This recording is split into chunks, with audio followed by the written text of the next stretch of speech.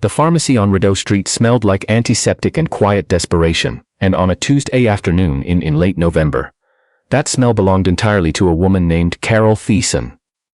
She was 38 years old, wearing a winter coat, with a broken zipper she'd been meaning to fix since September.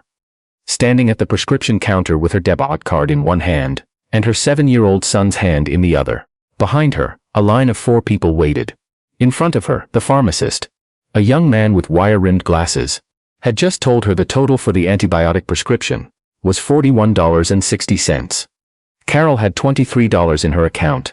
She knew this without checking because she had checked that morning, standing in the kitchen at 6 a.m., while her son Owen slept, and her daughter, 9-year-old Hazel. No, she had named her, while her daughter slept, and she had opened the banking app and stared at the number the way you stare at something you already know is true, but keep hoping will change. She asked the pharmacist quietly if there was a generic option. He typed something. He looked at the screen. He said the prescription was already the generic. Owen tugged at her sleeve. His nose was running, and his cheeks were flushed the particular shade of pink that meant the fever had come back. And he looked up at her with eyes that trusted her completely, the way only a sick child trusts a parent, with the absolute and devastating certainty that she would fix it. Okay, Carol said to the pharmacist. Can I come back in an hour? She already knew she couldn't get the money in an hour.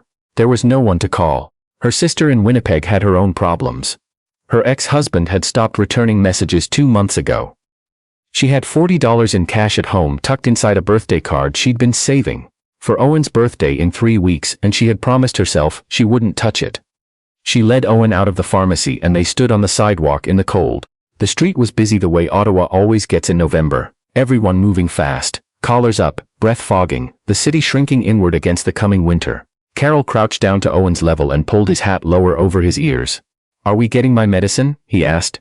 Yes, she said. We are. She didn't know how yet, but she said yes because he was 7 and sick and he needed her to say yes. She was trying to figure out a plan. Could she call the pharmacist back and explain the situation? Would they judge her? When Owen said quietly, I'm cold, Mommy. She stood up and took his hand and made a decision. They'd go back inside and wait in the warmth while she figured something out.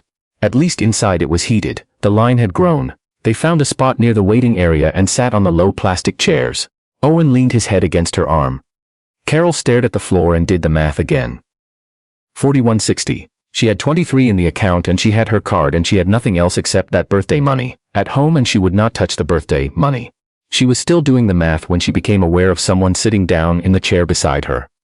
Not next to Owen. Next to her, on the other side. She looked up. The man was maybe 50, with the kind of face that had spent years outdoors. Weathered in a specific Canadian way, creased around the eyes, the nose slightly red from the cold. He was wearing a heavy flannel-lined jacket, the kind construction workers wear, and work boots that still had traces of dried mud on the sides. He had a small prescription bag already in his hand, which meant he'd already been served. He was just sitting there. Carol looked back at the floor. Long day? The man said. She almost didn't answer, not because she was rude, but because she was so deep inside the problem that social pleasantries felt like they were coming from a different dimension. Something like that, she said. He sick? The man nodded toward Owen. Ear infection. He's been running a fever for 2 days. The man made a sound that wasn't quite a word, the kind of sound that means I've been there. He looked at Owen the way people look at sick children when they've had sick children of their own, with recognition rather than pity. I've got 3, he said. Mine are older now, but I remember. He paused.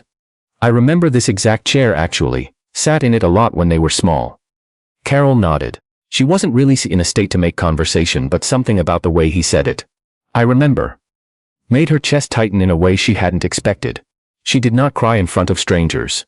She had made that rule for herself a long time ago, around the time her marriage was ending, and she realized she was going to be doing this alone. You don't cry in front of strangers. You hold it until you're home, until the kids are asleep, until the shower is running. Then you cry. I couldn't get it today, she said. She wasn't sure why she said it. Maybe because he wasn't looking at her, which made it easier.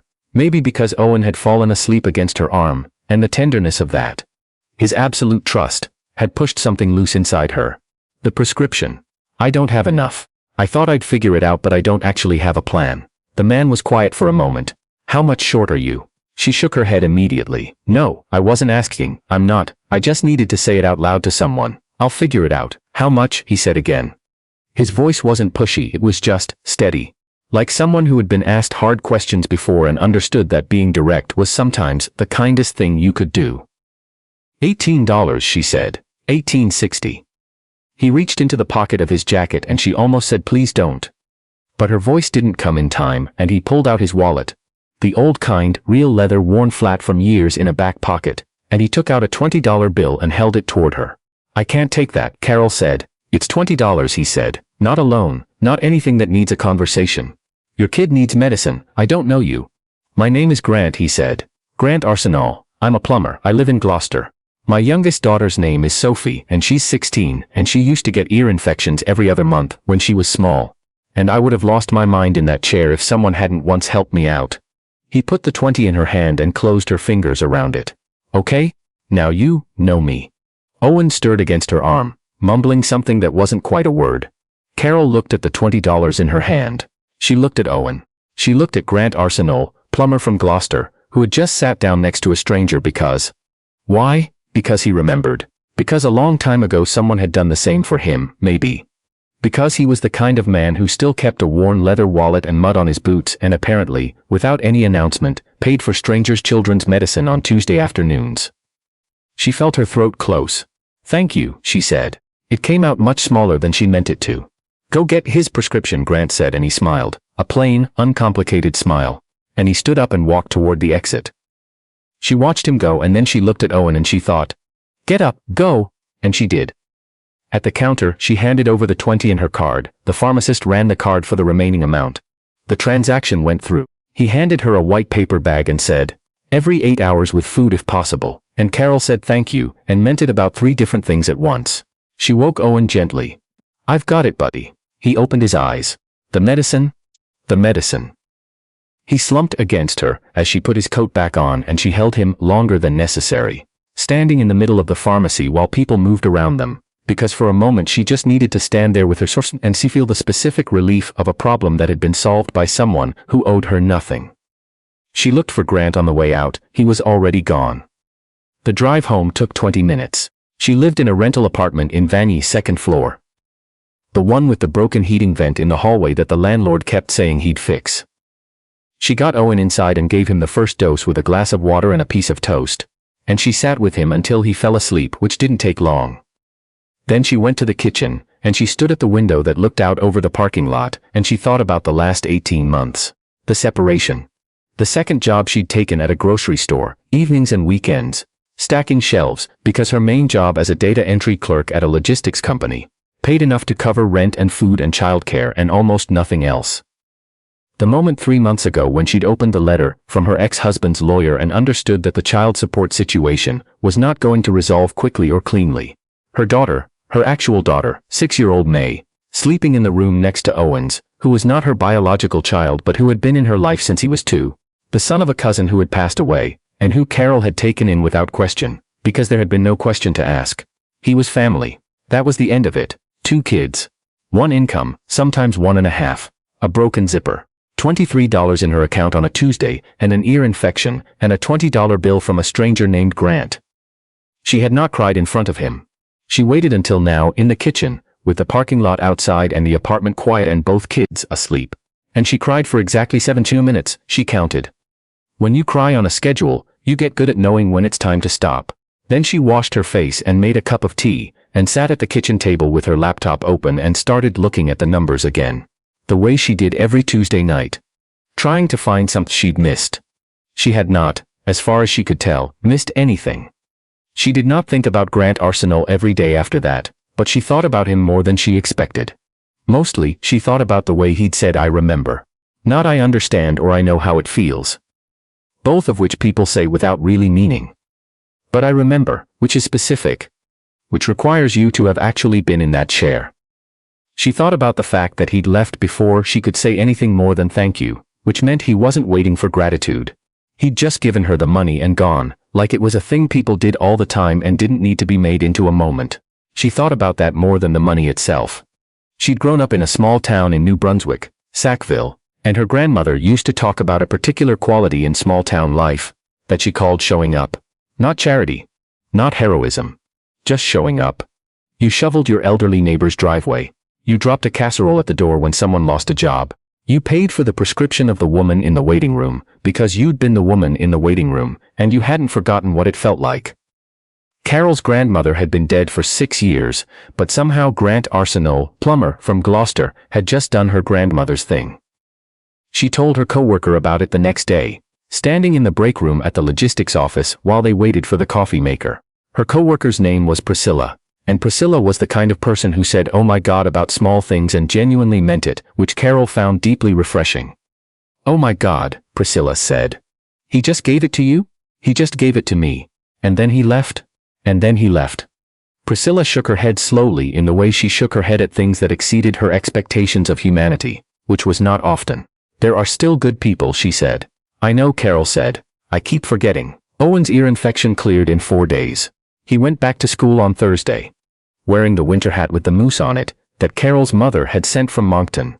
And when Carol dropped him off, he ran straight to his best friend without looking back, the way healthy 7-year-olds do, and she stood at the school gate for a moment, feeling the particular bittersweet specific to parents. The joy of your child not needing you and the small quiet ache of your child not needing you, living in the same second.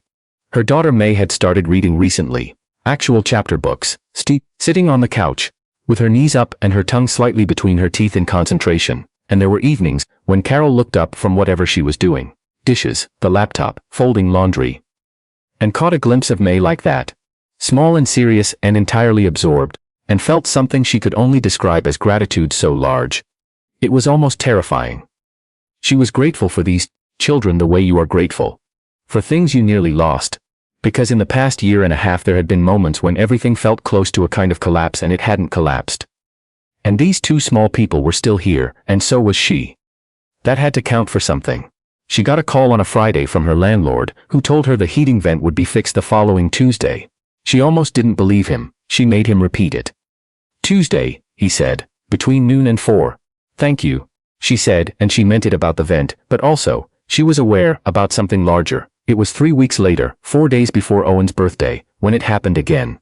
She was at the superstore on St. Laurent, doing the weekly grocery shop. Owen was at a friend's house. May was in the cart, sitting in the front section with her legs dangling, commenting on various products with the authority of someone twice her age. "We don't need those," May said, pointing at the chips. "I know," Carol said. "They have too much sodium." "Where did you learn about sodium?" "School." May seemed pleased with herself. "Also, they're really expensive." Carol laughed, which she did more easily lately. She wasn't sure exactly when that had shifted. She was in the cereal aisle when she noticed the man ahead of her. He was older, maybe 70, wearing a plaid shirt and moving slowly with a basket. Not a cart, a basket, held in both hands. He was reading the label on a box of oatmeal with the focused squinting of someone who'd left their glasses at home. Turning the box slowly under the fluorescent light, he put the box back, picked up a different one, looked at the price, put that one back too. Carol recognized that calculation. She had done it herself too many times.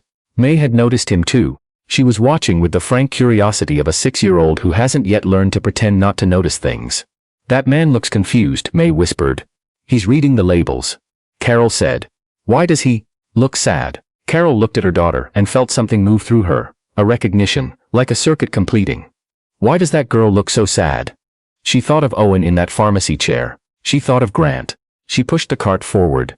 "Excuse me," she said to the man. He turned. He had kind eyes, the slightly watery blue of people who have lived long enough to have earned a particular gentleness. Up close he looked tired in the way that wasn't just about today but about a longer accumulation. "Are you looking for the plain oatmeal? The large containers are usually on the bottom shelf, better value." She reached down and found the right one and held it out. He looked at it. Then at her. "Thank you," he said. "My wife usually does the shopping. She's in hospital this week." The simple flatness of that sentence. She's in hospital this week. Not alarming, not dramatic, just the factual statement of a man navigating a routine that was no longer routine. "I'm sorry," Carol said. She meant it. "It's cardiac," he said. "They're monitoring her. She should be home by the weekend." He said it like he was reminding himself as much as telling her. His name, she learned, was Harold. Harold Bernier. He'd been married to his wife Louise for 44 years. They lived in a house near Riverview Park that they'd bought in 1986. Louise did the shopping and the cooking, and Harold fixed things and drove and maintained the garden, and without Louise he had discovered in the past 5 days that he did not, in fact, know how to do any of the other things. She left me a list, he said, holding up a folded piece of paper in neat cursive. But some of these things I can't find. May had climbed halfway out of the cart. We can help, she announced. Harold looked at May the way people look at children who say exactly the right thing. Is that so? She's right, Carol said. She looked at Louise's list. We can help. They moved through the store together. The three of them plus Harold, Carol and May finding things from the list while Harold held the basket and navigated carefully around other carts. May found the chamomile tea and held it up like a trophy. Harold found the right crackers by himself and looked disproportionately proud. Carol located the specific brand of low-sodium soup that Louise had specified with an asterisk. The asterisk, Harold explained, meant it was important, and placed 4 cans in his basket. At the checkout, Carol noticed Harold's basket held exactly what was on the list and nothing else, no extras. She understood this too. The version of shopping, where you buy what you need and leave quickly, because lingering near things you can't have, is its own small cruelty. She didn't comment. She just made sure he got to a shorter checkout line. Outside in the parking lot, Harold transferred his bags to an older Chevrolet, the kind of car that had been maintained carefully for many years. He stood beside it and looked at Carol with an expression that was trying to contain something. My daughter keeps saying I should call her, he said. She's in Vancouver. I've been telling her it's fine because I don't want her to spend the money to fly out and Louise is going to be okay. He stopped. You're the first person I've talked to today. Carol thought about that. She thought about Tuesday afternoons in pharmacy waiting rooms. She thought about strangers who sit down next to you not because they have a reason to, but because they remember what it's like. She thought about a worn leather wallet, and a $20 bill, and a man who didn't wait to be thanked. Call your daughter, Carol said. Harold was quiet for a moment. Then he nodded, once, like a man making a decision that had already been made. Yes, he said. I'll call her tonight. May waved from the cart. Harold waved back.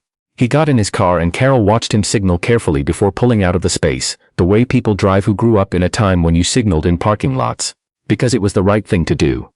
She stood there a moment longer than necessary. May said, he was nice. He was, Carol said. His wife is in hospital. I know, but she's coming home on the weekend. That's what he said. May considered this with the particular gravity of 6-year-olds processing large facts. That's good then, yeah, Carol said. That's good. She got home and unpacked the groceries, and got May started on a snack, and then she stood at the kitchen sink, running warm water over her hands just to feel something warm, looking out at the parking lot in the early dark of November, and she thought about the chain of it. Grant in the pharmacy. Her in the cereal aisle. Louise, coming home on the weekend. Harold calling his daughter in Vancouver. His daughter probably relieved. Probably booking a visit anyway, probably arriving with groceries of her own and staying a week.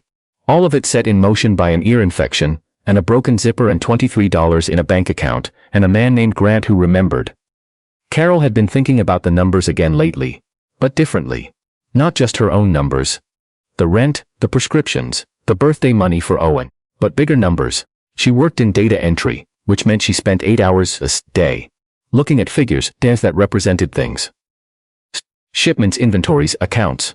And she had begun to wonder, in the unfocused way that you wonder about things, while your hands are doing something repetitive, whether there was something she could do with that skill that might help the kind of people who spent Tuesday afternoons in pharmacy waiting rooms.